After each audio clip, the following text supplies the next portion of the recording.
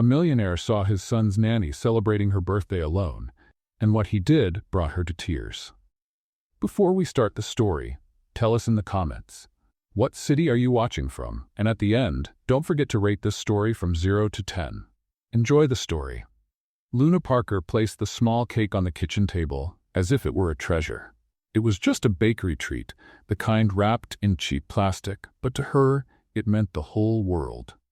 She pulled a crooked candle out of her pocket, something she found in the emergency drawer, stuck it in the pink frosting, and sat at the huge white marble table that seemed like it was never used. Her boss's apartment, Derek Campbell's, was luxurious, quiet, and intimidating. But that night, the kitchen felt like it was hers alone. She sighed, lit the candle with a borrowed lighter, and whispered, "Happy birthday, Luna. 28 years old." A crooked candle, and not a single present. So glamorous, she closed her eyes, ready to make a wish. But before she could blow the candle out, a chill ran down her spine. A strange feeling, like someone was watching her. Slowly, she opened her eyes, and her heart nearly jumped out of her chest. There he was, standing in the kitchen doorway. Derek Campbell, her boss. Impeccable suit, serious expression, leather briefcase in hand. The man looked like a statue of ice that suddenly decided to come to life at the most embarrassing moment possible. Luna froze in her chair. She swallowed hard. "Mr. Campbell." Her voice cracked. "I was just, testing the fire alarm system." His eyes slowly moved down to the little cake with the lit candle. The silence in the kitchen was so heavy she could hear her own heart beating fast. For a second, she imagined the worst. Would she be fired? Kicked out for daring to use the kitchen to blow out a birthday candle? But then he spoke. That deep, firm voice that usually intimidated executives in boardrooms echoed in an unexpected way. "May I sit with you?" Luna blinked. Her mouth opened, but no words came out. Did she hear that right? "What?" she stammered. "May sit with you?" Derek repeated, as if he were proposing a company merger instead of offering to share a cheap piece of cake. Luna swallowed hard again. Sure, she mumbled nervously. "But just so you know, you'll have to share the cake, and no judging." He pulled out a chair and sat next to her. The contrast was almost comical. Derek Campbell, the cold and distant millionaire, side by side with the clumsy, funny nanny, in front of a tiny cake with a candle already melting sideways. The silence lasted a few seconds. Luna tried to break it. "So, it's my birthday, 28 years old, and guess what? 0 gifts. Not even a pair of worn-out socks." Derek turned his face toward her. His eyes were serious, but there was something there, an unexpected curiosity. "How old?" he asked. 28, she repeated, folding her arms. "And don't start with those motivational speeches like, age is just a number." He didn't answer. He just kept looking at the candle. Finally, in a low tone, he said, "That's going to change." Luna laughed nervously, still trying to hide the fear from being caught in such a personal moment. "It's going to change?" she repeated, raising an eyebrow. "Don't tell me you're giving me a confidentiality agreement as a present, because honestly, one's enough in my life." No smile, no joke brought even a slight curve to his lips. Derek stood up, adjusted his jacket, and picked up his briefcase. "Tomorrow," he said simply, and he left the kitchen with firm steps, like he had just made the most important decision of his life. Luna stayed there, seated, staring at the door. The candle's flame flickered in front of her, and her breathing was still fast. "Tomorrow," she murmured in disbelief. This man talks like a movie trailer. Tomorrow what? Money's going to rain down? He'll show up with a 3-tier cake? She laughed to herself, nervous but deep down, curious. She blew out the candle, took a bite of the cake and thought, "I bet it's going to be something so strange I'll never forget." What she didn't know was that she was right. The next day, Derek Campbell would show up with a gift. A gift so unexpected and unusual that it would forever change the way she saw him. The next morning, Luna woke up earlier than usual. Not because she wanted to, but because her mind just wouldn't stop wondering what Derek meant with that mysterious tomorrow. Would he really give her a present? Or was it just another one of those cryptic phrases rich men like to say to sound interesting? She went downstairs in the mansion still in her pajamas, dragging her slippers across the cold marble floor. The house was as silent as ever. She walked into the kitchen yawning, her messy hair looking like a bird's nest on top of her head. She opened the fridge, looking for the orange juice, when she heard firm footsteps behind her. She turned around quickly and almost dropped the bottle from her hands. Derek was standing there, impeccable gray suit, hair slicked back, standing tall, and in his hands, something small and green. Luna blinked several times, trying to make sense of what she was seeing. It was a tiny plant, a little succulent in a white pot, and worst of all, it had a huge, ridiculous blue ribbon tied around it, the kind that looked like it was made by a 5-year-old during arts and crafts. For a second, Luna was completely silent. Then, laughter burst out of her like a confetti bomb. Oh my goodness! Luna doubled over, holding her stomach as she laughed.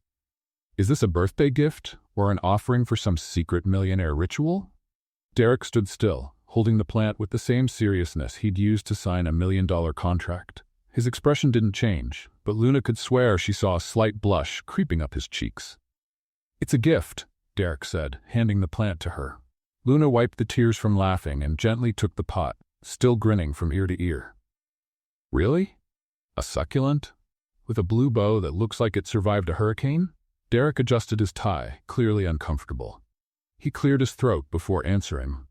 It was the only living thing I could find at the flower shop that was open at 7 in the morning, he admitted, avoiding her gaze. The clerk suggested roses, but I thought that was too much. Luna bit her lip to keep from laughing again. So you picked a plant that looks like a toy cactus. That totally makes sense. Succulents are resilient. Derek crossed his arms as if defending a business presentation. They don't need much water. They're practical. Wow. Luna pretended to be impressed. You really know how to make a woman feel special. Hey Luna, I brought you something that barely needs attention, just like you. Derek opened his mouth, clearly unsure how to respond. For the first time since Luna started working there, he looked completely lost. That's not what I meant, he murmured, rubbing the back of his neck. Luna set the plant on the counter and smiled, this time more warmly. I'm just teasing, she said, softening her tone. Actually, it's sweet, in a strange and totally you kind of way. But it's sweet. Derek finally looked at her. There was something different in his eyes. It wasn't the usual coldness or that calculated distance he kept from everyone. It was curiosity. Maybe even something more. Why did you do this? Luna asked, tilting her head. I mean really, you barely talked to me except about Sam. And suddenly you show up with a gift. Derek hesitated. He opened his mouth, then closed it again. He seemed to be fighting an inner battle. I don't know, he finally admitted, voice quieter. Something about you is different.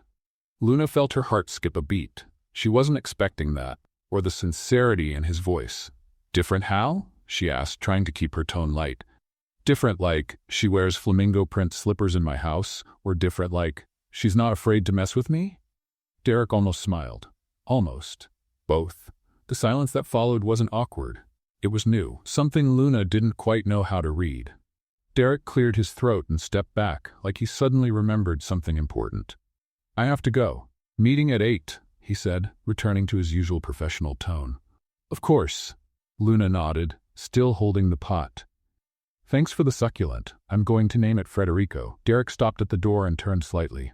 Federico? Yes, he looks like a Federico. Serious, formal, but with a ridiculous bow that ruins everything. At this time, Derek actually smiled. It was quick, almost invisible, but Luna saw it, and it made her happier than she expected. He left the kitchen without another word, and Luna stood there, looking at the little plant like it was the most precious thing in the world. Well, Federico, looks like you and I are going to be great friends, she murmured, gently touching one of the leaves. She placed the pot on the kitchen windowsill, where the morning sun was gently shining. She was about to head upstairs to get Sam ready, when something on the floor caught her eye. It was a folder. Black leather, with the initials DC engraved in gold. Luna frowned. Derek must have dropped it without noticing. She picked it up to bring it to his office, but as she lifted it, a few papers slipped out. Oh no, she muttered, kneeling to gather them. Then her eyes landed on a specific document. The words at the top made her freeze. Petition for Shared Custody Modification, Samuel Derek Campbell. Luna read the title twice to make sure she was seeing it right. Shared custody? Sam? Her eyes moved quickly through the text. Names came up. Elizabeth Monroe, Sam's maternal grandmother. Legal arguments, phrases like emotional absence of the father and unsuitable environment for healthy child development. Luna's heart sank. Was Derek about to lose custody of Sam, or at least part of it? Suddenly, a lot of things started to make sense. Derek's constant tension, the way he avoided staying home too long, the way he sometimes looked at his son like he was afraid of doing something wrong. Luna quickly gathered the papers and put them back in the folder. Her hands were trembling slightly. She shouldn't have seen that. It wasn't her business. But now that she knew, she couldn't just forget it. She climbed the stairs, holding the folder tightly, her mind spinning in 1,000 directions. She knocked on Derek's office door, but there was no answer. He had already left. She placed the folder right in the center of his desk, where he would see it as soon as he came back. As she turned to leave, she looked out the office window. Down by the mansion entrance, Derek was getting into the black car. He looked tired. His shoulders slumped in a way she had never seen before. Luna sighed. "Something's going on here," she murmured to herself. "And I have a feeling things are about to get a lot more complicated." She left the office and gently closed the door. In the hallway, she heard Sam's voice calling from his room. "Luna? Luna, can you help me find my blue dinosaur?" She took a deep breath, pushing the troubling thoughts away, and put a smile back on her face. "Coming, Sam. I bet he's hiding under the bed again." But as she walked to the boy's room, the image of those documents wouldn't leave her mind. When she entered the room, Sam was on his knees, reaching under the bed with one arm stretched out. "He has to be here," Sam mumbled, his voice muffled. "I always leave him under my pillow, but he ran away again." Luna smiled and knelt down beside him. "Dinosaurs don't run away, Sam. They don't have fast legs. Yours probably got stuck somewhere." After a few minutes of searching, Luna found the toy wedged between the headboard and the wall. "Found the runaway," she announced, lifting the blue dinosaur like it was a trophy. Sam jumped with joy and hugged the toy to his chest. "Thanks, Luna. You're the best." She ruffled his hair gently. "Of course I am. Now go brush your teeth and get changed. We're doing something fun today." "What is it?" Sam's eyes lit up. "It's a surprise, but it involves paint, paper, and a lot of mess." Sam ran to the bathroom, excited. Luna stayed there for a moment, looking around the room. It was perfectly neat, full of expensive, educational toys. But something was missing. It lacked life. It lacked mess. It lacked the presence of a father. She sighed, remembering the papers again. Derek was fighting to keep his son close, and Sam probably didn't even know. Luna made a decision right then. She wasn't going to say anything about what she had seen. It wasn't the time. But she would do everything she could to show that this house, no matter how cold it looked, had love. And that Derek, no matter how distant he seemed, deserved a chance. Later, in the living room, Luna spread large sheets of paper on the floor, along with jars of paint in every color. Sam was already wearing an old t-shirt, ready for the mess. "Today we're doing handprint paintings," Luna announced, dipping her hand into the red paint and pressing it onto the paper. "We're going to create a whole zoo." Sam laughed and copied her, choosing the green paint. "I'm making a giant dragon." "Dragons don't live in zoos, Sam. They do in mine." Luna laughed and kept painting. That's when she heard the front door open. Derek was back earlier than expected. She looked at her paint-covered hands, at Sam, all messy in green and yellow, and at the living room that looked like a colorful tornado had passed through. "Oh no," she murmured. Derek appeared in the doorway, still in his suit, leather folder in hand. He stopped at the entrance and stared at the scene in front of him. Luna braced herself for a scolding, but then had an idea. "Mr. Campbell, glad you're here," she said, standing up and leaving red paint marks on the floor. "We need one more person for the project." Derek blinked. "Project?" "Yes, we're creating a modern art mural." Luna picked up a brush and offered it to him. "Sam's doing the dragons, I'm working on the elephants, and you can do, I don't know, something serious and executive, like a pie chart." Sam dropped the paintbrush and ran over to his father, grabbing the hem of his jacket with paint-stained hands. "Daddy, you have to make a shark, please." Derek looked at his son, then at Luna, and finally at the paintbrush in her hand. He seemed to be having an internal battle. "I have work," he said, hesitating. "Work can wait 10 minutes. Luna insisted, still holding out the brush. "Come on, Mr. Campbell. Show us you know how to have fun. For a moment, Luna thought he'd refuse and head straight to his office. But then something unexpected happened. Derek let out a long sigh, took off his jacket, placed his briefcase on the couch, and took the brush from Luna's hand. 10 minutes, he said, kneeling next to Sam. Luna had to bite her lip not to scream with joy. Derek dipped the brush into the blue paint and started drawing something that was supposed to be a shark, but looked more like a sausage with teeth. "Daddy, that shark looks weird," Sam said, trying not to laugh. "It's a stylized shark," Derek answered, serious. Luna couldn't hold it in and burst out laughing. "Stylized? That looks like a killer sausage." Even Derek gave a slight smile. It was brief, but it was there. The three of them kept painting, and for the first time, Luna saw Derek relax. He laughed at Sam's jokes, asked silly questions about colors, and even let his son paint star on the sleeve of his white shirt. When the 10 minutes were up, Derek stood up and looked at his hands covered in blue paint. He seemed surprised with himself. "Thank you, Luna," he said, his voice softer. "For what?" Genuinely curious, Derek looked at Sam, who was now drawing a giant yellow sun in the corner of the paper. "For this," he said, gesturing toward the colorful mess.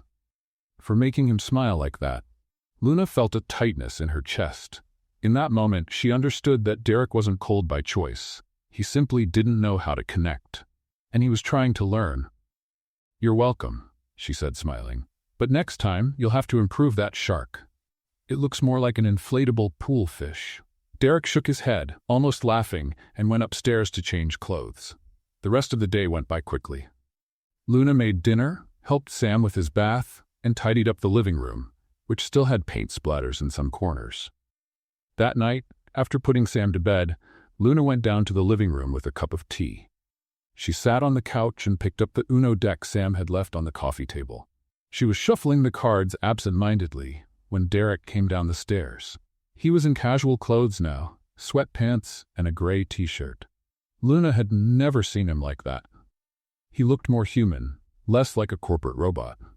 "Want to play?" Luna offered, holding up the deck. Derek hesitated, but ended up sitting in the armchair next to her. "I haven't played Uno in years. It's not rocket science, you just discard cards." Luna started dealing. "And just so you know, I'm unbeatable." They played a few rounds in silence. Luna kept winning, and Derek looked genuinely focused, like he was in a business negotiation. "You take this very seriously," Luna said, laying down a +4. Derek picked up 4 cards without complaint. "I take everything seriously," I noticed. Luna played another card. "But you know, sometimes it's okay to just be human. Mess up the shark, lose at Uno, let life happen." Derek looked at her, curious. "Do you always say what you think?" "Always. It's both a flaw and a virtue." Then Luna, without really thinking, blurted out loud while looking at her cards. "Playing with you is like playing with a soulless robot.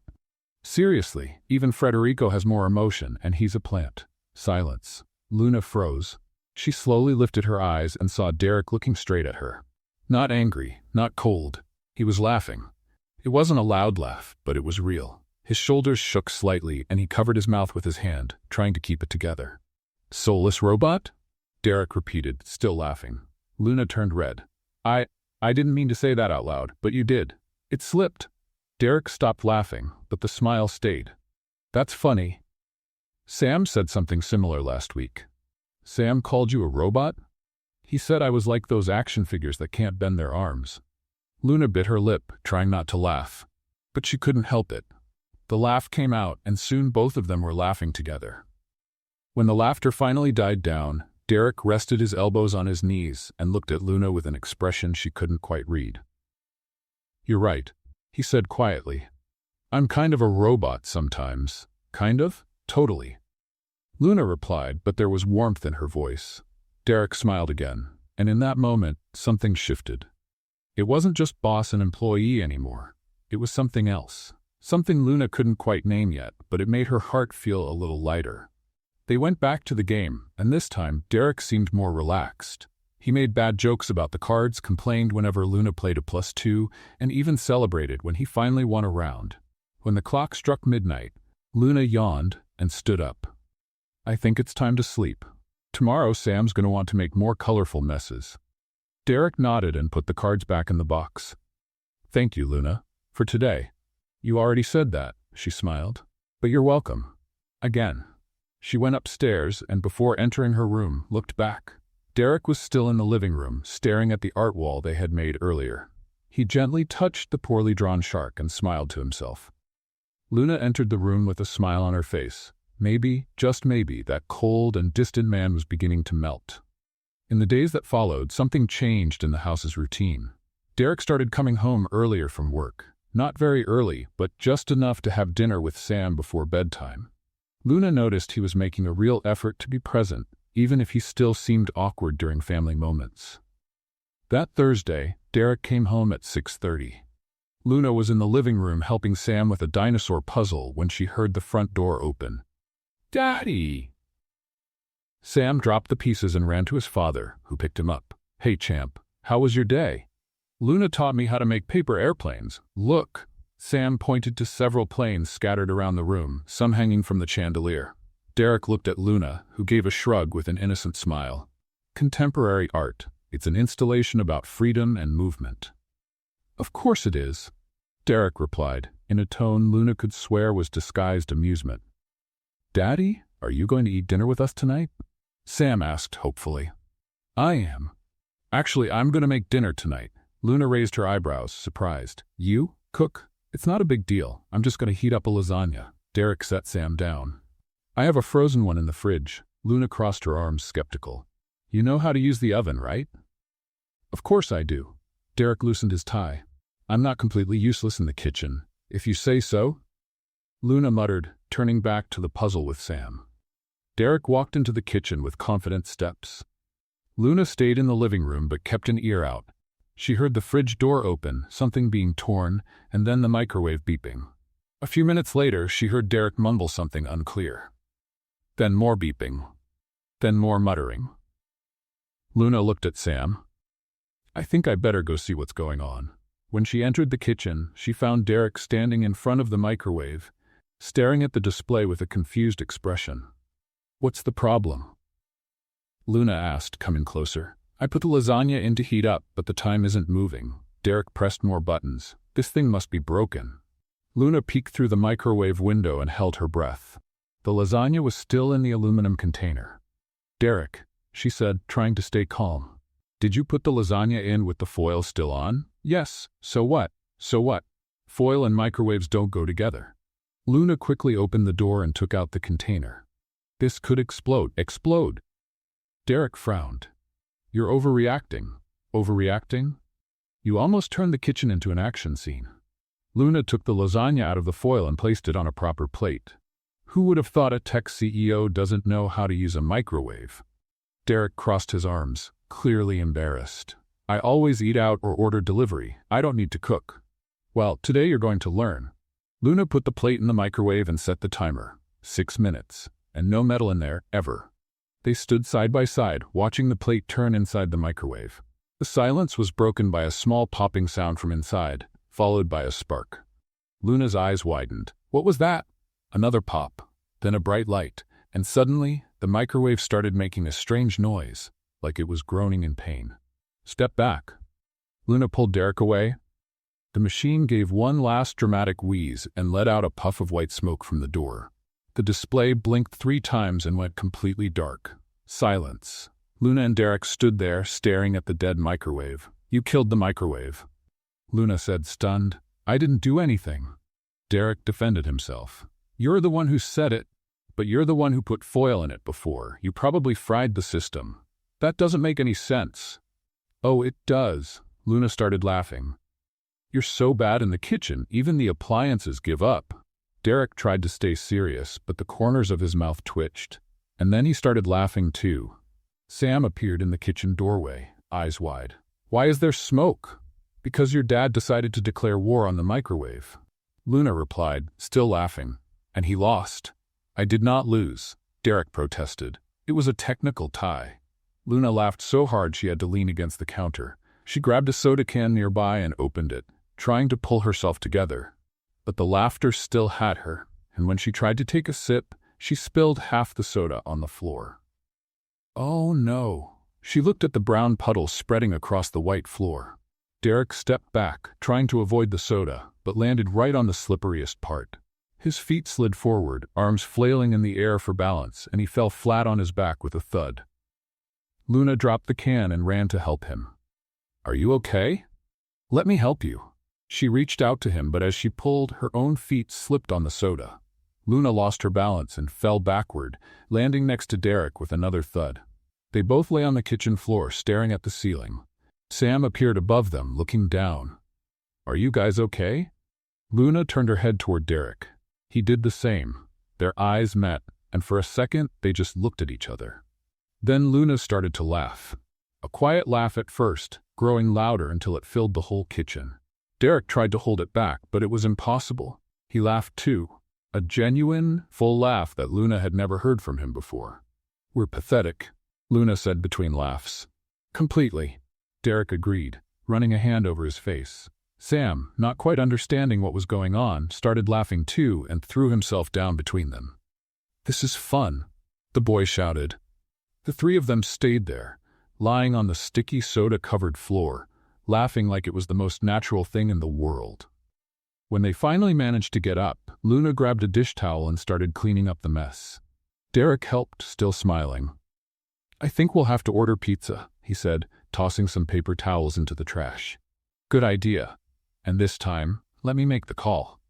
I don't trust you around appliances anymore." They ordered pepperoni pizza and grape soda. While they waited for the delivery, Luna set the table and Sam picked out an animated movie for them to watch afterward.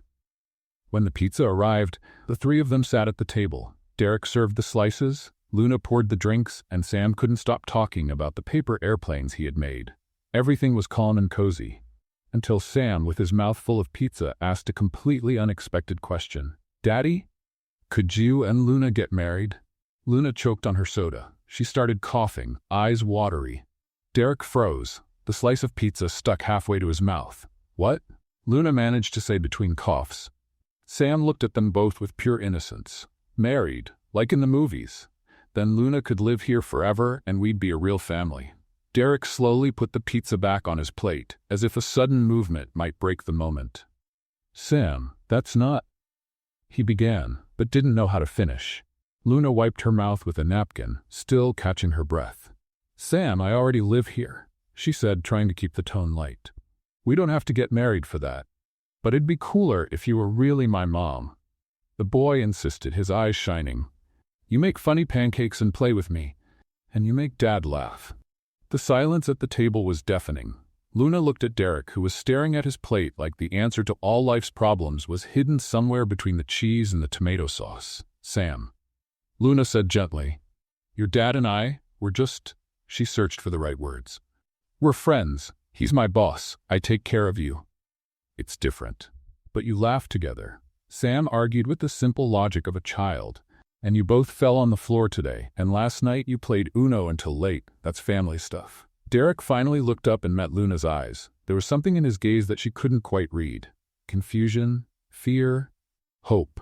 "Sam, finish your pizza," Derek said, his voice a bit firmer. "Then we'll watch the movie you picked." "But Daddy—" "Sam," Derek repeated, this time more serious. The boy pouted but obeyed, returning to his food in silence. Luna picked at her slice without really eating. Her heart was still pounding, and not just because she'd choked. It was because of the question, and because of the way Derek had looked at her right after. The rest of dinner went by in uncomfortable silence. Sam tried a few times to start a conversation, but neither Luna nor Derek seemed very responsive. When they finished, Luna quickly cleared the dishes and took them to the sink. Derek took Sam to the living room to watch a movie. Luna stayed in the kitchen longer than she needed to, washing the dishes with automatic movements. Married? The idea was absurd. Ridiculous. Impossible. But why had her heart started racing like that when Sam asked? The next morning, Luna woke up with a strange feeling that something had shifted. Sam's question was still echoing in her head, and she couldn't stop thinking about Derek's expression when the boy had said it. She went down to the kitchen earlier than usual, needing strong coffee to sort out her thoughts. She was pouring her cup when the doorbell rang.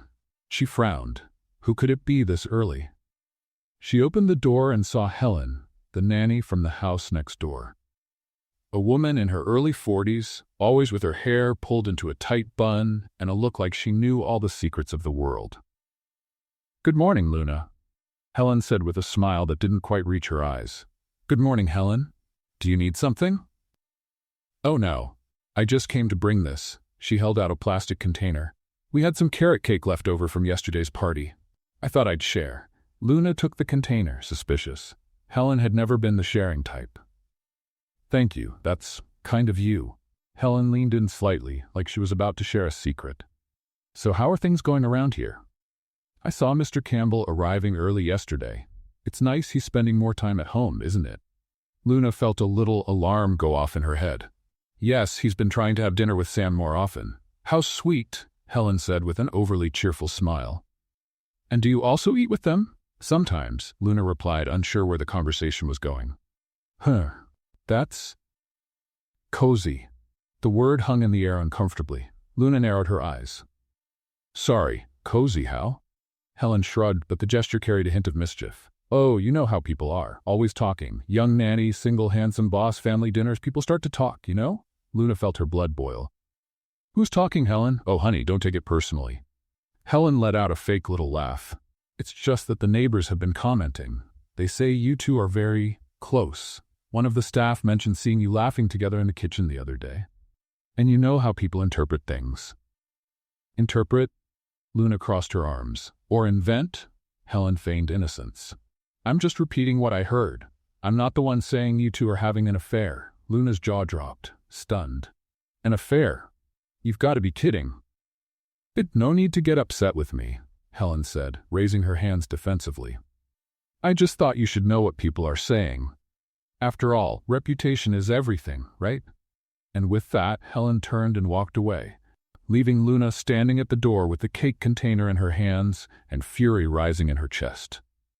She shut the door harder than she meant to and went back to the kitchen, taking deep breaths. She set the container on the counter with so much force it nearly cracked. "Gossip queen," she muttered. "She has to make things up where there's nothing." But the seed of doubt had been planted. Were other people thinking the same thing? Did Derek know about the rumors?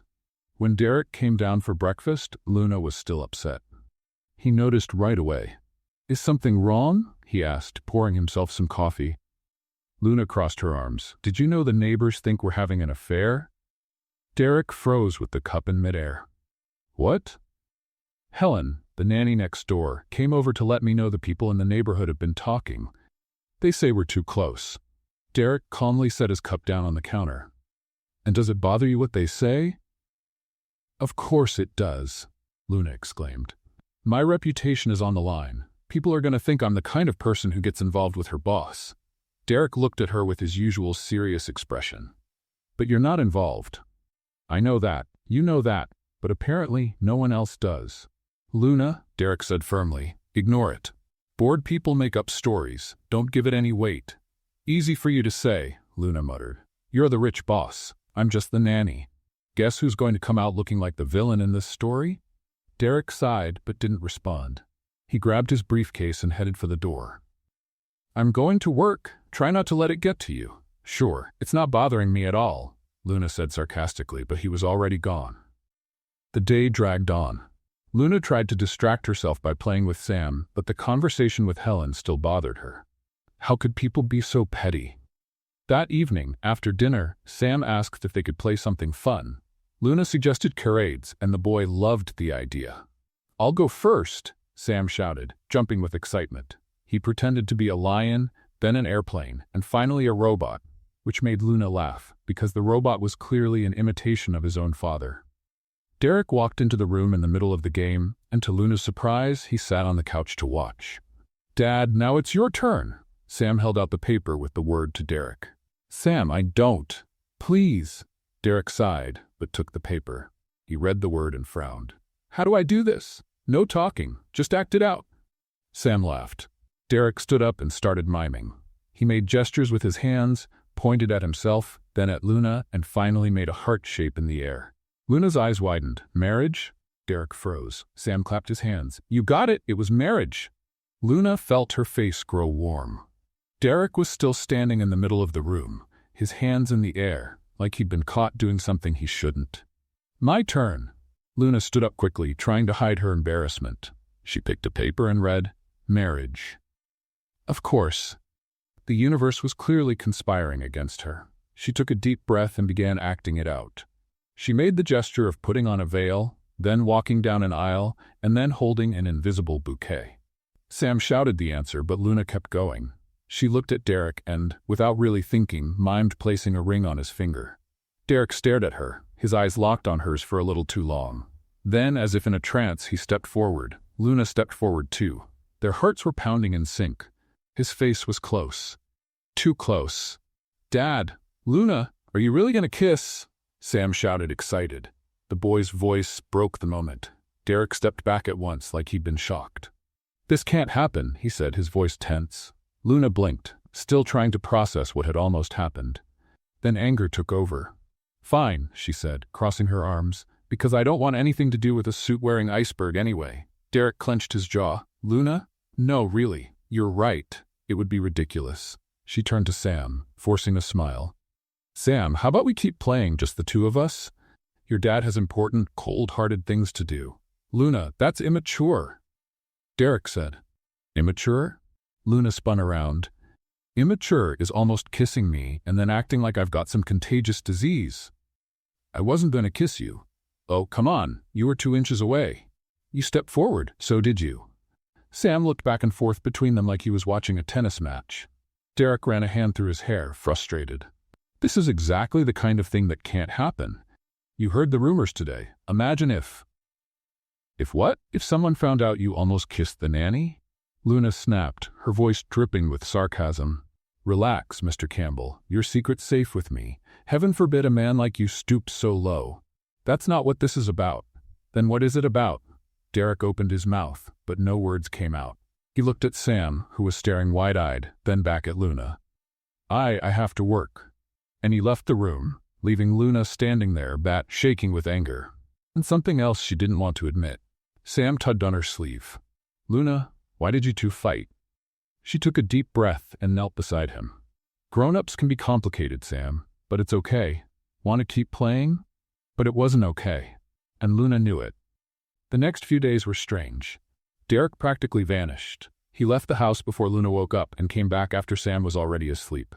When he needed to talk to her, he sent short, professional text messages. No more chats in the kitchen, no more family dinners, nothing.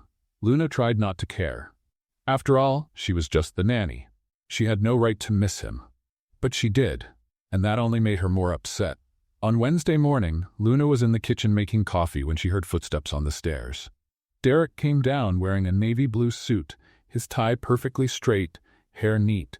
He looked even more distant than in the past few days. He walked into the kitchen without looking at her, went straight to the coffee machine, and grabbed a mug. Luna bit her lip. The silence was unbearable. She held the coffee pot and turned to pour herself a cup when her elbow hit the handle of Derek's mug, which was sitting at the edge of the counter. The mug tipped. Hot coffee spilled directly onto his dress shoe. Derek jumped back, but it was too late. The brown liquid ran down the black leather. "Seriously?" He looked at Luna in disbelief. "It was an accident," Luna said, but it didn't come out very convincingly. "An accident?" Derek grabbed a towel and started drying his shoe. "You bumped it on purpose." "I did not." Luna crossed her arms. "It's not my fault you leave things on the edge of the counter." "The cup wasn't near the edge." "Yes, it was. It was about to fall." "Luna, I know the difference between an accident and acting out." "Acting out?" Luna felt her anger rising. "I'm not 5 years old, Derek." "Then stop acting like it." "Me? You're the one who's been avoiding me for the past 3 days like I'm a ghost." Derek threw the dish towel on the counter. "I've been busy. I have a company to run." "Of course you do. You always do." Luna rolled her eyes. "But before, you used to make it home in time to have dinner with your son. Now, not even that. It's none of your business how I manage my time. It is when I'm the one who has to comfort Sam every night when he asks why his dad isn't home." Derek opened his mouth to reply, but closed it again. He grabbed his briefcase and headed toward the door. "I have to go," he said, his voice cold. "Of course you do," Luna muttered, loud enough for him to hear. "Run away. It's what you do best." Derek stopped at the door. He He turned slowly. "What did you say?" Luna stared at him, her eyes shining with frustration. "You heard me. Every time things get hard, you run. You throw yourself into work, hide behind the company, pretend nothing happened. But you know what? That won't make your problems disappear." The silence that followed was heavy. Derek looked at her for a long moment, his jaw tight, his dark eyes impossible to read. "You don't know anything about me," he finally said, and walked out. Luna was left alone in the kitchen, her heart racing, her hands shaking. Had she gone too far? Probably, but so had he. Ignoring her like that, avoiding his own home because of one stupid, almost kiss. The rest of the day dragged on. Luna took Sam to the park, made lunch, helped with his homework, but her mind was somewhere else. In the afternoon, while Sam was drawing in the living room, Luna heard the front door open. Derek had come home early. That was unusual. He walked into the room and looked at his son. Sam dropped his crayons and ran to him. "Daddy, you're home early." Derek picked the boy up, but Luna noticed he looked tired. Exhausted, really. "I am. I thought I'd spend some time with you. Can we play video games?" "Of course." Sam ran off to get controllers, and Derek finally looked at Luna. She quickly looked away and went upstairs to give them space. Hours later, with the sun already setting, Luna came downstairs to start dinner. She stopped in the hallway when she heard a teary voice coming from the living room.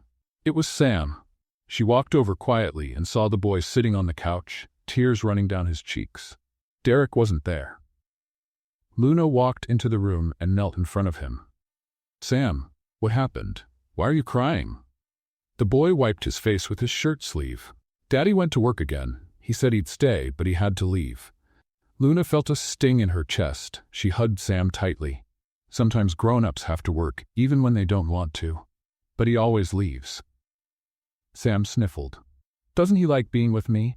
"Of course he does." Luna held the boy's face in her hands. "Your dad loves you so much, Sam. You're the most important thing in the world to him." "Then why does he leave all the time?" Luna took a deep breath, choosing her words carefully. Sometimes adults are scared of feelings, of getting too close, because when you truly love someone, it hurts a lot if you lose them. And your dad already lost someone very important, so now he's afraid. "My mom?" Luna nodded. "Yes. But you know what? Being afraid doesn't mean he doesn't love you. It means he loves you so much that the idea of losing you scares him." Sam thought for a moment. "And what about you, Luna? Are you scared too?" The question caught Luna off guard. She gave a sad smile. "Sometimes. But I'm learning that being scared shouldn't stop us from loving people, because love is the most important thing there is." "Do you love my dad?" Luna froze. She opened her mouth, but no words came out. That's when she heard a voice behind her. "You're right. I am." Luna quickly turned around. Derek was standing at the doorway, still in his suit, with an expression so vulnerable she almost didn't recognize him. "I'm scared," he repeated, stepping closer. "I'm scared of getting too close, of caring too much, of losing again." Sam wiped his tears and looked at his father. Derek knelt in front of his son and Luna. "I'm sorry, Sam, for staying away, for not being here when you needed me." The boy threw himself into his father's arms, and Derek hugged him tightly. Luna stood up to give them space, but Derek reached out and grabbed her wrist. "Don't go," he said softly. "Please." Luna stood still, her heart racing. Derek looked at her with such intensity it took her breath away. "We need to talk," he said. "A real talk. No running. No interruptions." Luna swallowed hard. "When?" "Tonight, after Sam goes to bed." She hesitated. Part of her wanted to say no, to protect her heart. But the other part, the part that missed his laughter, the silly moments in the kitchen, the looks that lasted longer than they should, that part wanted to hear what he had to say.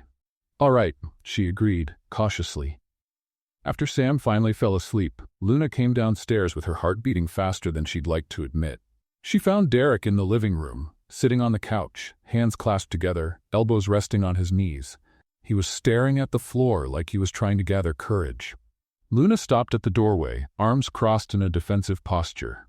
"So," she said, breaking the silence, "is this the part where you give me a corporate speech about professional boundaries?"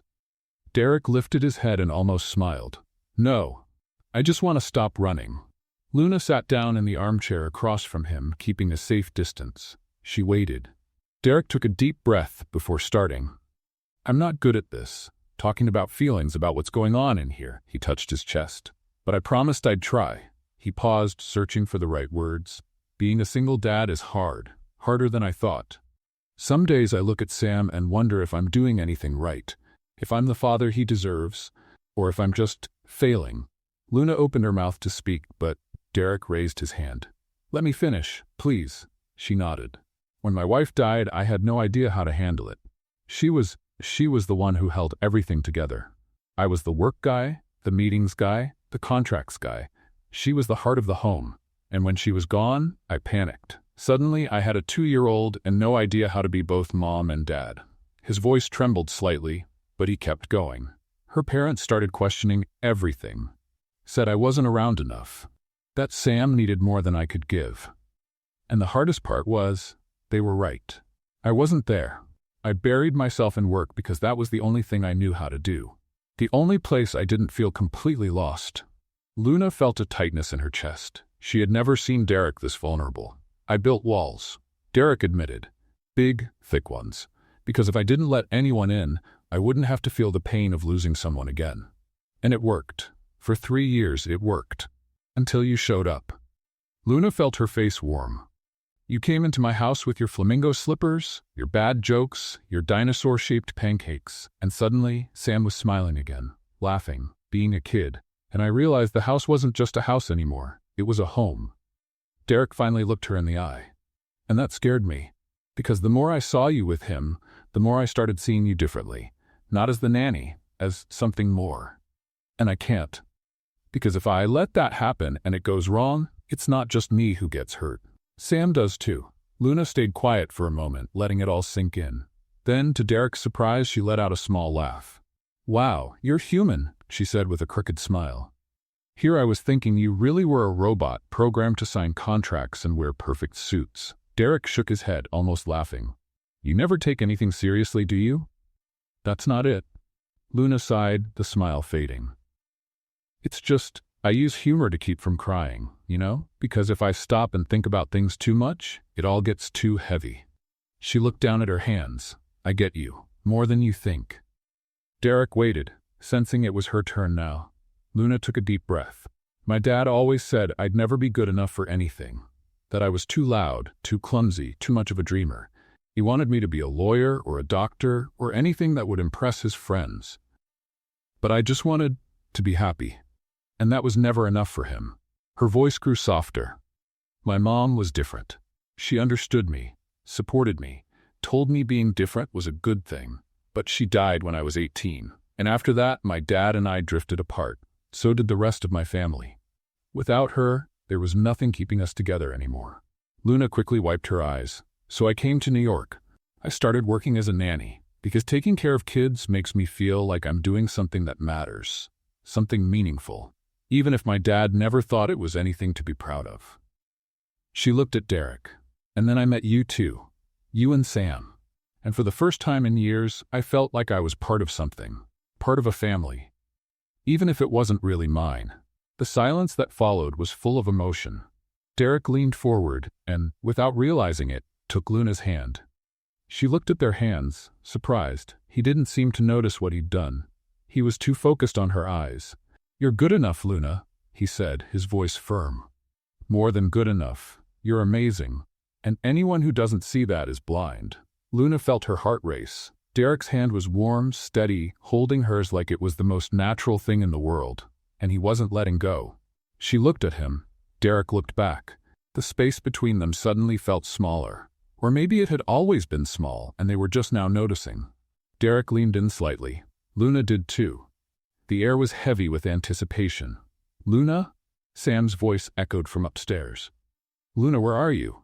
They pulled apart instantly as if they'd been caught doing something wrong. Derek let go of her hand, and Luna felt the cold right away. Quick footsteps came down the stairs. Sam appeared in the room, holding his blue dinosaur.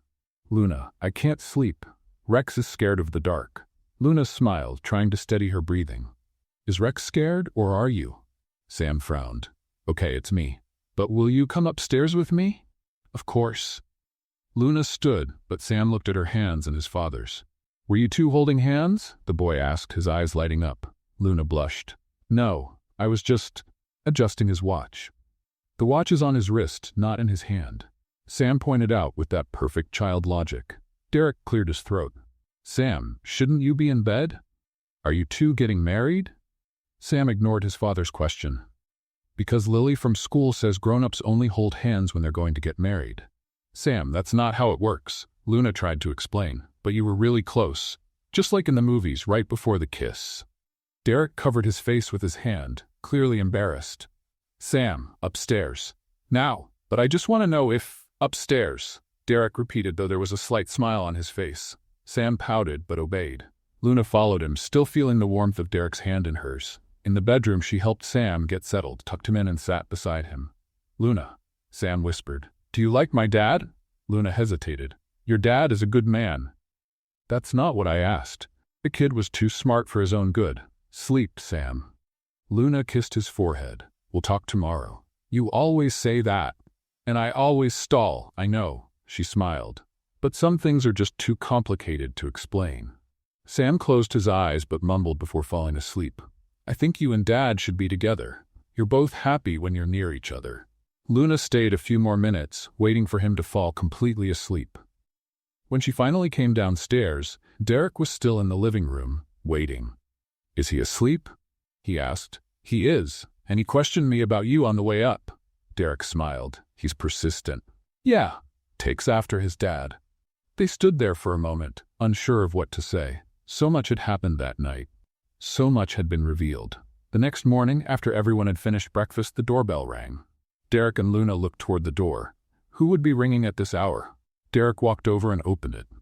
A woman in a business suit stood outside, holding a folder, with a professional look on her face. Mr. Campbell? She asked. I'm Jennifer Hayes, county social worker. I'm here for a follow-up visit regarding the shared custody case for minor Samuel Campbell. Derek froze. Luna felt her stomach twist. The social worker gave a polite smile. I know it's early, but would it be all right to come in? This won't take long. Derek opened the door fully, trying to stay composed. Of course. Come in, he said, his voice tight. Jennifer Hayes stepped into the house with measured steps, her eyes scanning the space with professional attention.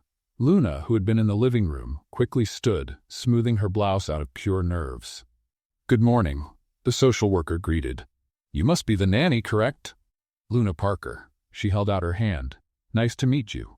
Jennifer shook her hand politely and took a notepad from her folder. As I told Mr. Campbell, this is just a routine check.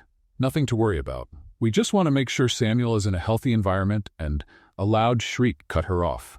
Everyone turned toward the stairs. Sam came running down, completely naked, wearing only underwear on his head like a hat. I'm Super Sam, the boy shouted, arms out like he was flying. And I'm here to save the world from clothes. Luna's eyes widened. Derek froze. Jennifer Hayes blinked several times, as if trying to process what she was seeing. Sam, Derek said, his voice slightly louder than usual. Go get dressed right now. But I'm hot, Sam protested, stopping right in front of the social worker. Who are you? Jennifer opened her mouth, but Luna was quicker. She ran over to Sam, pulled off her hoodie, leaving just her undershirt, and wrapped the boy in it. Come on, champ, time to get dressed, she said, lifting him up in her arms. Super Sam needs a proper uniform. But Luna. No buts, she was already climbing the stairs with him. And take off those underpants from your head before they turn into a permanent hat. Derek rubbed his face and took a deep breath. When he looked at Jennifer, her expression was hard to read. Sorry, Derek said. He's going through a creative phase. Children are unpredictable, Jennifer replied, jotting something down in her notepad. It comes with the territory. Luna came back a few minutes later with Sam now dressed in a dinosaur t-shirt and shorts. He still looked a bit disappointed that he'd lost his chance to be naked Super Sam. All set, Luna announced. Wardrobe crisis resolved. Then she looked down and noticed it. Her white t-shirt had a huge red pizza sauce stain right in the middle, from breakfast. Bright red and impossible to miss. Oh, perfect, she muttered to herself. Just what I needed to look even more professional. Jennifer glanced at the stain but didn't say a word. She just made another note. Derek noticed Luna's discomfort and quickly tried to shift the focus. Shall we sit down? He offered, gesturing toward the couch. Of course, Jennifer sat gracefully, crossing her legs. Luna sat next to Sam, who immediately climbed into her lap. Derek remained standing, posture stiff like he was in a business meeting. "So, Mr. Campbell," Jennifer began, "how have things been going? Is Sam settled into the routine?" "Yes, very well," Derek replied, voice formal.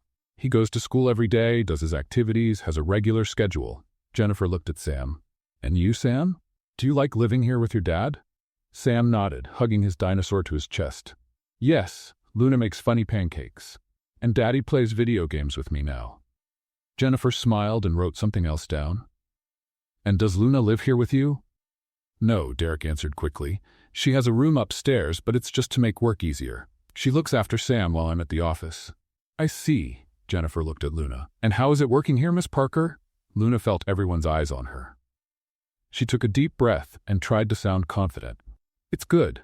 Sam is a wonderful child, and Mr. Campbell is a devoted father." "Devoted?" Jennifer repeated. "Can you elaborate?"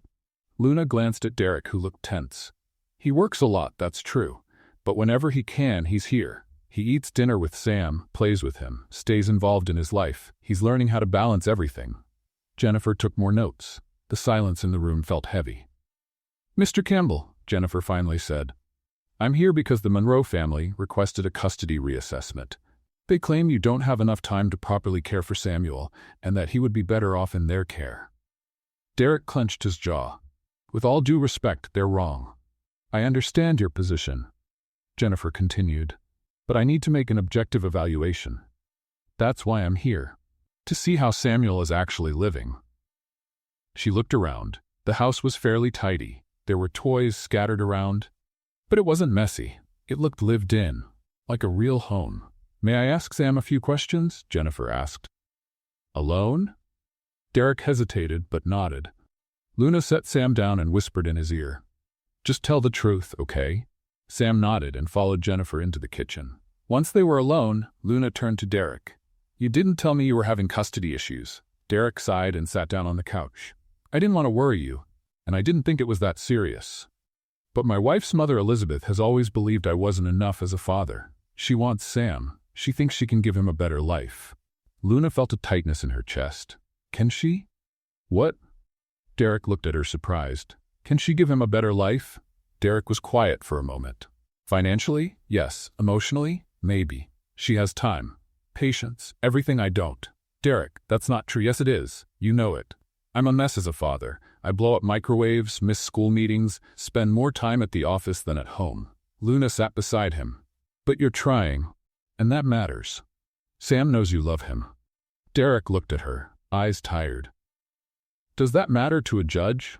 Before Luna could answer, Jennifer and Sam came back. The boy ran to his dad and climbed into his lap. Jennifer looked at them both, then at Luna, and finally made one last note. "It seems your son is doing well, Mr. Campbell," she said, closing her notepad. "And surrounded by a lot of love." Derek let out a relieved breath. "Thank you." Jennifer stood up. "I'll write my report and send it to the court. But I can say the home is in order, Sam is happy and healthy, and it's clear there are people here who care about him." She looked at Luna. "Especially you, Miss Parker. Your care for this family is obvious." Luna felt her face grow warm. Jennifer walked to the door, but before leaving, she turned back. "One last thing, Mr. Campbell. If you need additional references for the case, people who can speak about the family environment, it would be wise to prepare that." And with that, she left. Derek stood still, processing everything. After a few seconds, he looked at Luna. "Luna, I need to ask you something." She waited. "Would you be willing to be a formal reference in the case, to testify about what things are like here? About how Sam's doing?" Luna blinked, surprised. "You want me to go to court?" "Yes, if it comes to that. You spend more time with him than anyone else. You see everything. The judge needs to hear that." Luna looked at Sam, who was playing on the floor with his dinosaur. Then she looked back at Derek. "Of course," she said, though her voice came out hesitant. "Are you sure?" "I'm sure. I'll help." But even as she said it, her eyes showed doubt, because testifying meant getting even more involved. It meant making a commitment, and part of her was afraid of what that might mean for her own heart. 3 days after the social worker's visit, life in the house seemed to have gone back to normal. Or almost. Luna noticed Derek was more tense. checking his phone constantly, like he was expecting bad news at any moment. That Saturday morning, Luna was in the kitchen with Derek and Sam, the three of them making pancakes. But not just any pancakes. These were artistic pancakes. "Mine's going to be a unicorn," Sam announced, pouring the batter into the pan in a completely random shape. "That looks more like a slug with a horn," Luna joked, laughing. "And yours is better?" Sam pointed at Luna's pancake, which was supposed to be a cat but looked more like a deformed alien. Derek was trying to make a perfect circle, but the batter kept running off to the sides, forming something that looked like an amoeba. "Mr. Campbell, your cooking skills are as impressive as ever," Luna teased. "At least mine won't give anyone nightmares," he replied, glancing at Luna's alien cat. The three of them were laughing when the doorbell rang.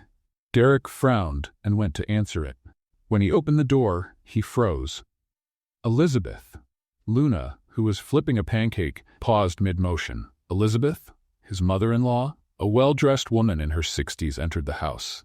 Perfectly styled gray hair, expensive but modest clothing, upright posture. She looked around with sharp eyes. "Derek," she greeted him in a formal tone. "I hope I'm not intruding."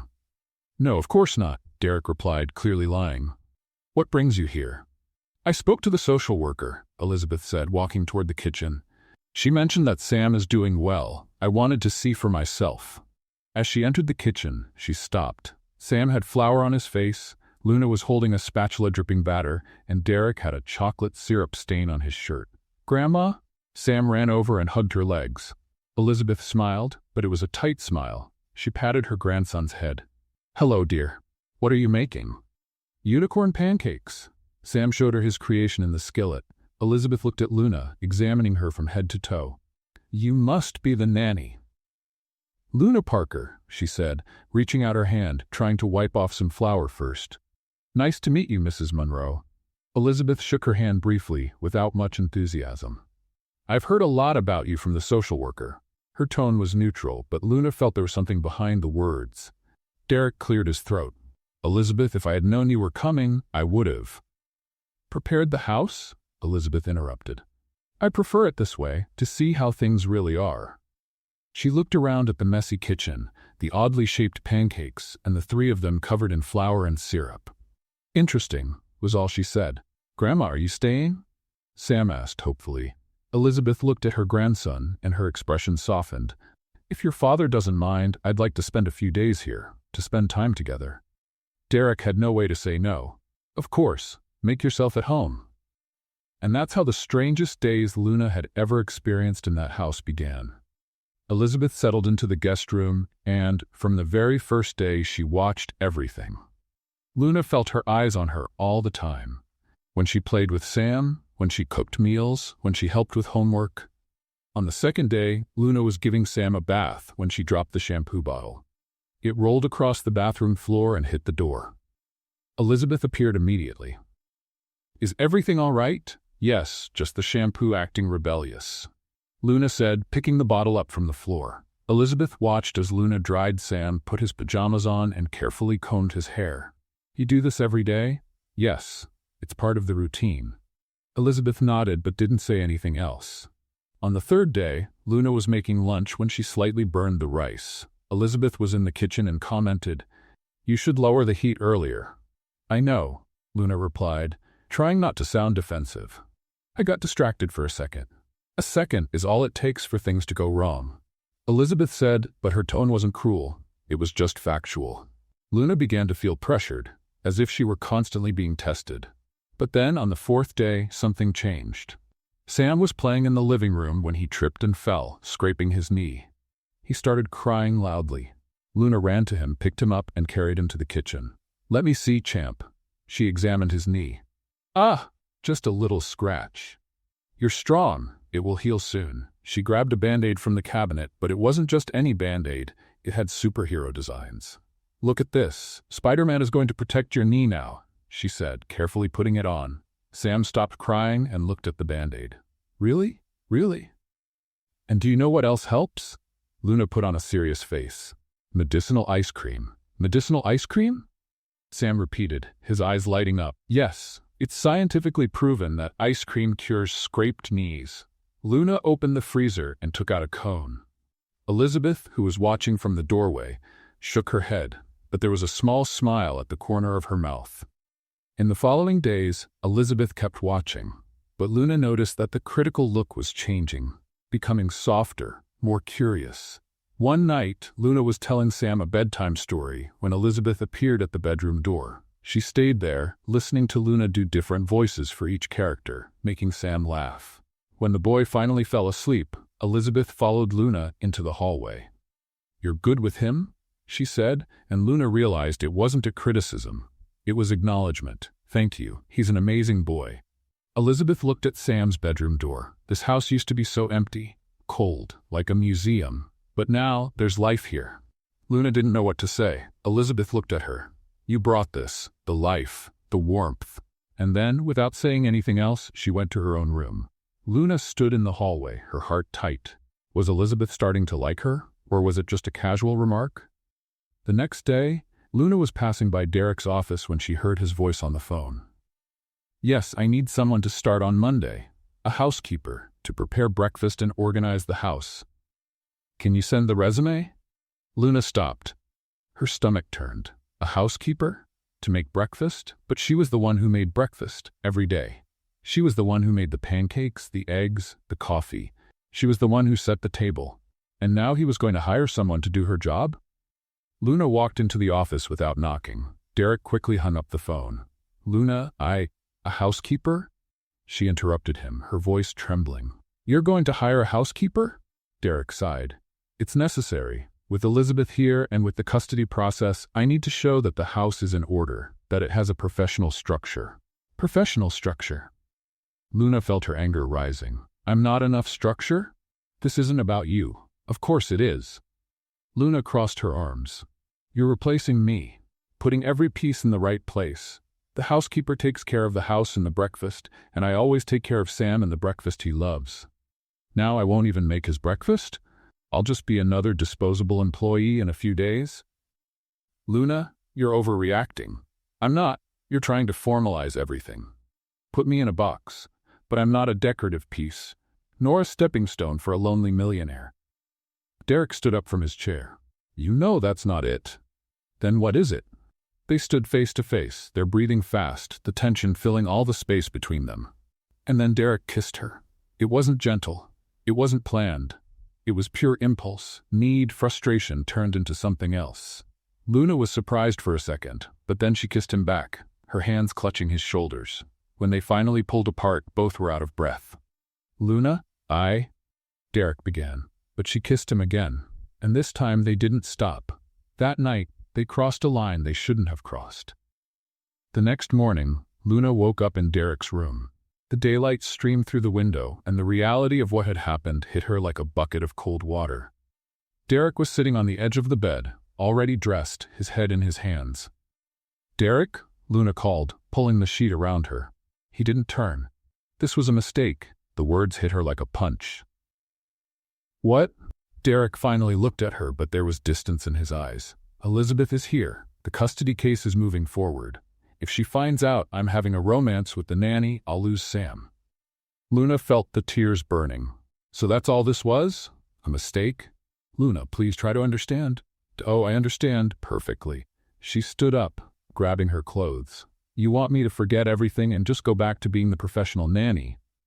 "Yes," Derek said, and that word hurt more than Luna expected. She walked out of the room, murmuring to herself, "If only he had said we should wait until the custody was official, I would have understood. But calling it a mistake, that's too much." The next day, Luna couldn't take it anymore. She went upstairs to her room and started packing. That's when Sam came in. "Luna, what are you doing?" She stopped, hands trembling. "Sam, The boy saw the open suitcase, and his eyes filled with tears. "You're leaving?" His voice cracked. "Sam, don't go, Luna." He ran to her and hugged her, crying. "Please, I love you. I want you to be my new mommy." Luna felt her heart break into 1,000 pieces. She got down on her knees and hugged him. "Sam, I love you too. But sometimes things don't work out the way we want." "But why?" he sobbed. "Because—" Luna didn't have an answer. "I have to go, but I'll visit you all the time. I promise." But even as she said it, she knew it was a lie. because staying close to that family after everything would be far too painful. Luna quickly wiped away her tears and let go of Sam. "It's going to be okay, champ," she said, trying to smile. "You're strong, and your dad loves you very much." "But I want you here," Sam insisted, clinging to her shirt. Luna looked at the boy and felt her chest tighten even more. How do you explain to a 5-year-old that the adult world is far too complicated? That sometimes love isn't enough? That's when she heard footsteps in the hallway. She turned and saw Elizabeth standing in the doorway, watching the scene with a serious expression. "Sam, sweetheart," Elizabeth said softly, "can you go downstairs and get me some juice?" Sam hesitated, looking from Luna to his grandmother. "But I'll talk to Luna, I promise," Elizabeth assured him. Reluctantly, Sam left the room, still sniffling. Once they were alone, Elizabeth stepped in and closed the door behind her. "So you're really leaving?" It wasn't a question. Luna went back to packing, avoiding the woman's eyes. "Yes, I think it's for the best." "Best for who?" Luna stopped, her hands resting on a folded shirt. "For everyone." Elizabeth crossed her arms. "Doesn't seem that way to me." "Sam's crying. You're crying. And I'm sure Derek, wherever he is, isn't doing well either." "Derek's fine," Luna replied, her voice sharper than she meant. "He made it very clear I'm just the nanny, nothing more." Elizabeth was quiet for a moment, watching Luna. "Do you love him?" The question caught Luna off guard. She opened her mouth, but no words came out. "It's a simple question," Elizabeth pressed. "It's not for lack of love," Luna finally said, closing the suitcase. "It's for personal reasons, complicated ones, and I'd rather not get into them." She picked up the suitcase and walked toward the door, but Elizabeth didn't move. "You changed this house. When I arrived, I expected to find a cold museum like it always was. But instead, I found life, laughter, love, and all of that is because of you." Luna felt the tears return. "Elizabeth, please, don't make this harder. Sam needs you," Elizabeth continued. "And whether you admit it or not, Derek needs you too." Luna shook her head and walked past her, heading down the stairs with the heavy suitcase. Sam was in the front hall, the juice forgotten in his hand, his eyes red. "Luna," she knelt down and kissed his forehead. "Be a good boy, okay? And take care of your dad." She stood quickly before her courage faded and opened the door. That's when she heard Elizabeth picking up the phone. The woman dialed a number with quick, firm fingers. But Luna didn't stop. She stepped out the door, dragging the suitcase down the steps. "Derek?" Elizabeth's voice echoed through the hall. "You need to come home right now." "No, Sam's fine," she continued. "But Luna's leaving. And you're a fool if you let the woman you love walk out like this." "Yes," I said, "the woman you love. The woman who changed your home. The woman who gives love to your son. The woman who made you human again." There was a pause. "I don't care if you have a meeting. Cancel it," Elizabeth said firmly. "Because if you're not here in the next 10 minutes, you'll lose her. And this time, it'll be your fault." She hung up the phone and looked toward the door. But Luna was already gone. Luna walked down the street without looking back, tears streaming down her face. She had no car, nowhere to go right away. So she did the only thing she could, walked to the nearest bus stop and sat on the bench. The suitcase sat beside her. Luna hugged her knees and cried. She cried for Sam. She cried for Derek. She cried for herself and for the foolishness of falling in love with someone who couldn't love her back. She didn't know how much time had passed when she heard footsteps running. She looked up and saw Derek. He had no jacket on, his tie was crooked, and his hair was a mess, like he had run the whole way. "Luna," he panted, trying to catch his breath. She quickly wiped her face and looked away. Derek knelt down in front of her, forcing her to meet his eyes. "Derek, don't do this." Luna pleaded, her voice breaking. "Please. I'm sorry," he said, and there was real pain in his eyes. "I'm sorry for being a coward, for being afraid, for hurting you. You made it very clear what I am to you," Luna replied. "The nanny, nothing more. I was wrong." Derek held her hands. "I was so afraid of losing Sam, of losing the case, that I forgot what really matters." Luna tried to pull her hands away, but he didn't let go. "What matters is that you make me want to be better," Derek went on. "You reminded me how to laugh, how to be present, how to have a real family, not just a house full of expensive furniture." "But your mother-in-law," Elizabeth called me. Derek interrupted. "And do you know what she said? That I'm an idiot. And she's right, Luna let out a weak laugh, still crying. At least we agree on that. Derek smiled gently. Luna, I don't want you to be my son's nanny, he said, and Luna felt her heart tighten again. I want you to be part of our family, for real, not as an employee, as the woman I love. Luna blinked, stunned. You, what? I love you, Derek repeated more firmly this time. I love you, and I was a fool for not saying it sooner. For letting fear decide for me. Luna looked at him, this man who had been so cold in the beginning and who now was kneeling at a bus stop, declaring his love for her. Derek, she started, but the words failed. You don't have to say anything right now, he said. Just don't go. Stay. Give me a chance to prove I can be the man you deserve. Luna took a deep breath. Part of her wanted to believe, wanted it so badly, but the other part, the part that had been hurt, was still scared. How do I know you won't change your mind again? She asked softly. How do I know that tomorrow you won't wake up full of regret and ask me to leave? Derek held her face in both hands. Because I spent the whole morning full of regret.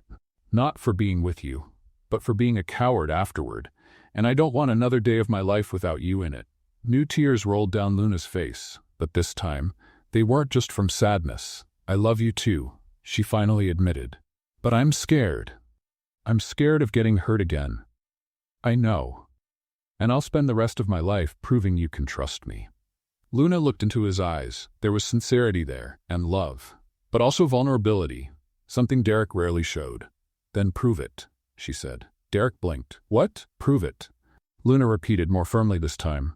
Prove it's not just fear of losing me. Prove you truly want this. Not with words, with actions. Derek nodded slowly, understanding. All right, he said, standing up and reaching out his hand. Come with me. Luna hesitated for a second. Then she took his hand. He helped her up and grabbed her suitcase. Where are we going? Luna asked. Derek smiled, and there was something different in that smile. Something light. Free. Home. And then wherever you want. Because if you're going to be part of my life, I need to show you who I really am. Not the CEO, not the lonely father. Just me.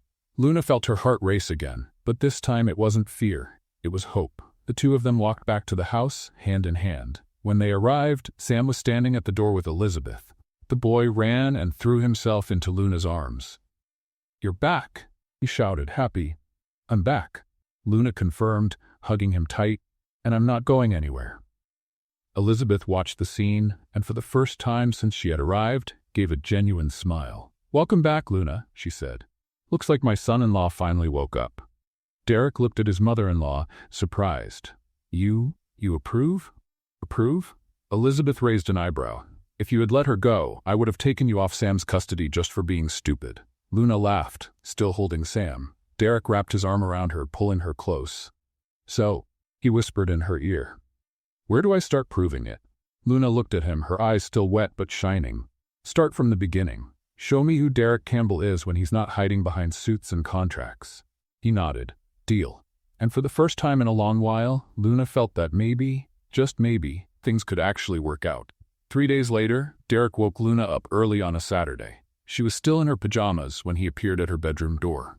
Put on something comfortable, he said with a mysterious smile. We're going out. Luna rubbed her eyes, confused. Out? Where? What time is it? 7 in the morning. And it's a surprise. 7 a.m. on a Saturday should be illegal, Luna muttered, but got up anyway. When she came downstairs, she found Sam already dressed and full of energy, bouncing on one foot and then the other. Luna, we're going on a picnic. A picnic? She looked at Derek, who was holding a basket. You know how to do a picnic? No. That's why I bought everything ready-made, he admitted without shame. Learning from my mistakes, Luna laughed and grabbed her jacket. They got in the car and Derek drove out of the city. Luna watched the scenery change, tall buildings giving way to trees and smaller houses. Where exactly are we going? She asked. To the place where I grew up, Derek replied, and there was something different in his voice. Something lighter. After nearly an hour, they arrived at a small, simple park. There were some old trees, wooden benches, and a worn-out playground. Nothing fancy, nothing impressive, but it felt cozy. Derek parked and looked around with a nostalgic smile. I spent every summer of my childhood here, he said, getting out of the car. Sam ran to the playground, and Luna walked alongside Derek. I didn't picture you as a public park kid, she said. I wasn't always a suit-wearing CEO, Derek smiled. Believe it or not, I was once a kid who climbed trees and came home covered in scrapes. They found a nice spot under a big tree and spread out the blanket on the ground. Derek opened the basket and pulled out sandwiches, fruit, juice, and even some cookies. Impressive, Luna said. Not a single microwave exploded in the making of this picnic. That's because I didn't make anything, Derek replied, laughing. I just bought it all. As they ate, Derek pulled out his phone and started showing Luna old photos. One of him at about 8 years old, smiling with a missing front tooth. Look at this. Luna laughed. You were adorable. What happened? I got serious, Derek made a face. And I lost that tooth in a fight over a swing. You fought over a swing? It was the best swing in the park. Totally worth it. Luna laughed so hard she almost choked on her juice. It was the first time she had ever seen Derek so relaxed, so human. He showed her more photos. His parents, who had already passed away. The simple house where he grew up. His childhood friends. Everything changed when I went to college, Derek said, putting his phone away.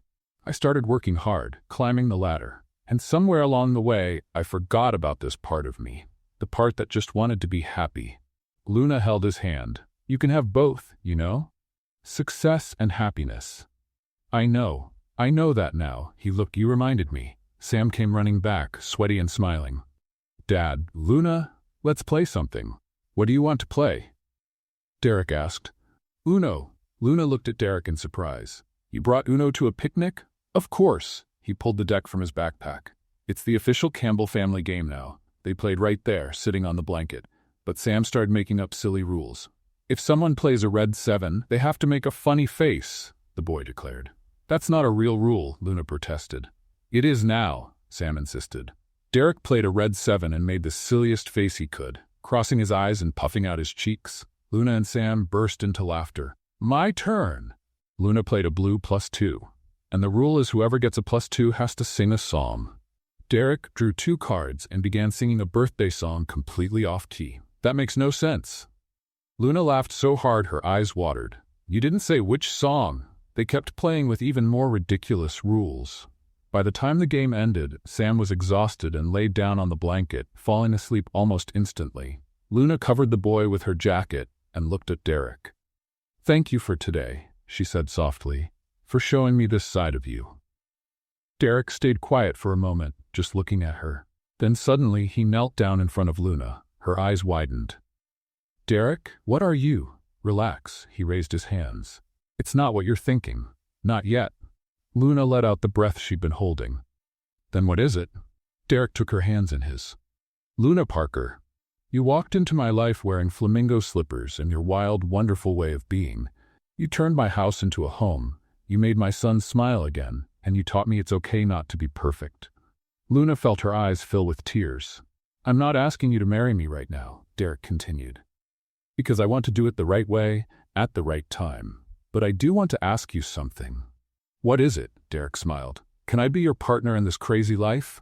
Luna blinked, surprised, and then she started laughing. Not a nervous laugh, it was genuine, happy, full of love. Seriously, she said between laughs. You got down on one knee to ask if you can be my partner? Yes, Derek said, smiling too. It matters to me. Luna wiped her tears from laughing and held his face in both hands. Only if you promise me one thing. What's that? That you will never, ever, under any circumstances, try to cook again. Derek laughed out loud. I promise. I solemnly swear I'll never go near an oven or microwave without supervision. Then yes, Luna said, pulling him closer. You can be my partner in this crazy life. They kissed there, under the tree, with Sam sleeping beside them and the afternoon sun warming everything around them. When they pulled apart, Derek rested his forehead against hers. I love you, Luna Parker. I love you too, Derek Campbell, even if you're terrible in the kitchen. He laughed and pulled her into a tight hug. And in that moment, in the simple park where Derek had grown up, far from suits and meetings, he finally felt whole. 1 year later, Luna woke up on her birthday, expecting another ordinary day. She went downstairs in her pajamas, yawning, with Federico, the little succulent Derek had given her a year ago, now grown and thriving in a bigger pot by the kitchen window. The house was oddly quiet. Derek had left early for a meeting, or at least that's what he said. Sam was at school. Luna sighed.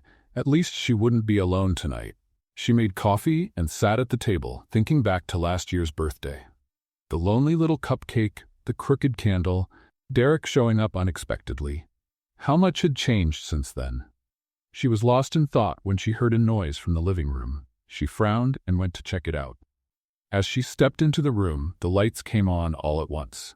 Surprise! Luna jumped, putting a hand over her chest.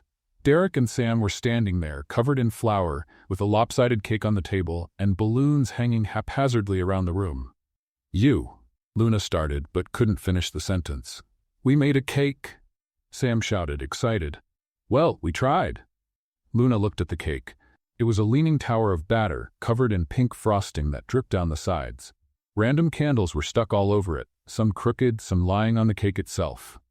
"This is the ugliest thing I've ever seen," Luna said, then burst out laughing. "And it's perfect."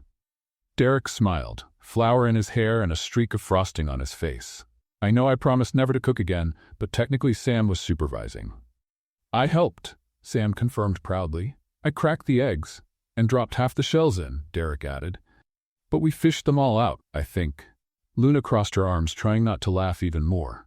"So there's a chance I'll chip a tooth on an eggshell?" "A small one," Derek admitted. "Very small." Luna shook her head and walked over to them, hugging them both. "Thank you. You two are crazy."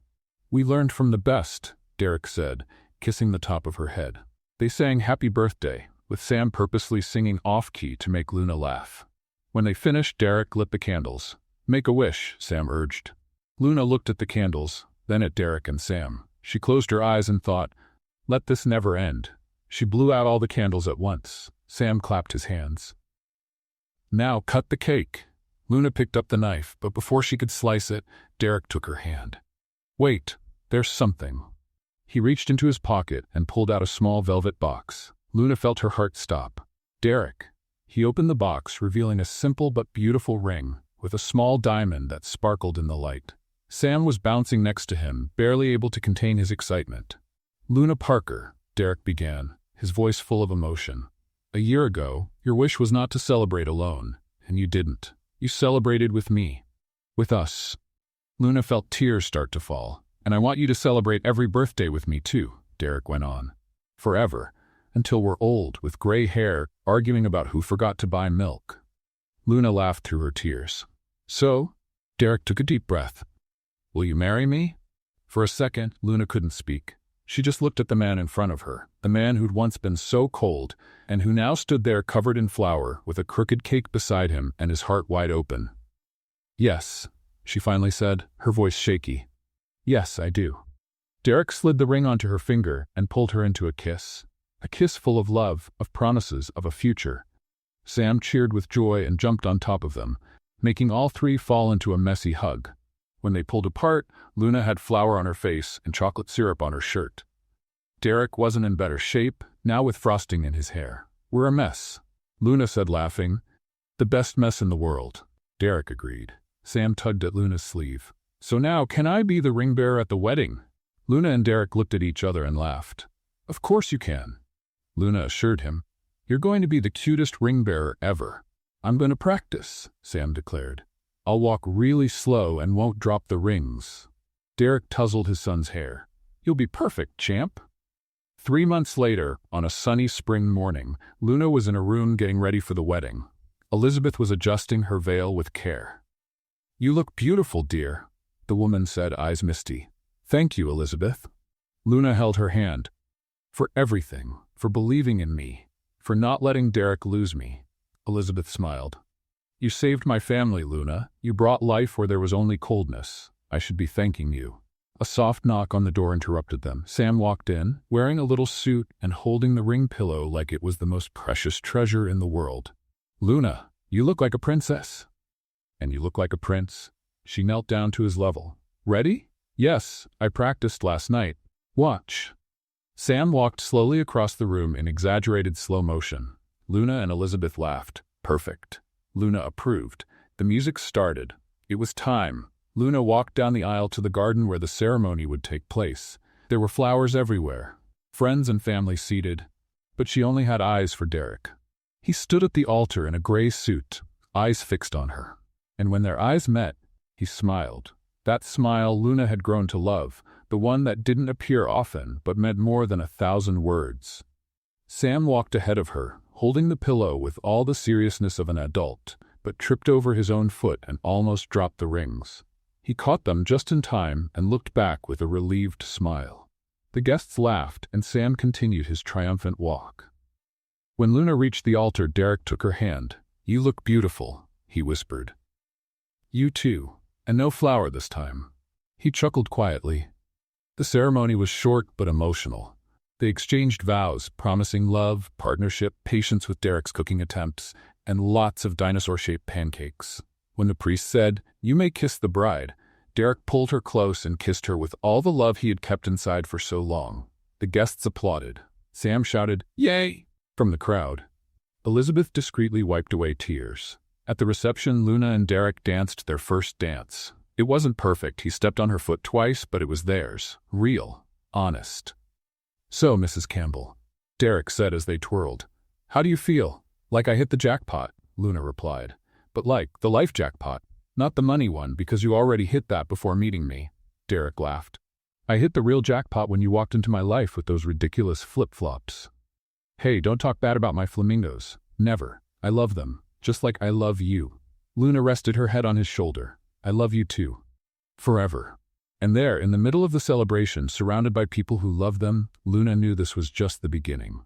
The beginning of a life full of laughter, messes, lopsided pancakes, made-up Uno rules, and love. So much love. What did you think of Luna and Derek's story? Leave your thoughts in the comments. Rate this story from 0 to 10. What's your score? Don't forget to subscribe and click the bell to keep up with all our stories, and check out more emotional tales right here on the end screen.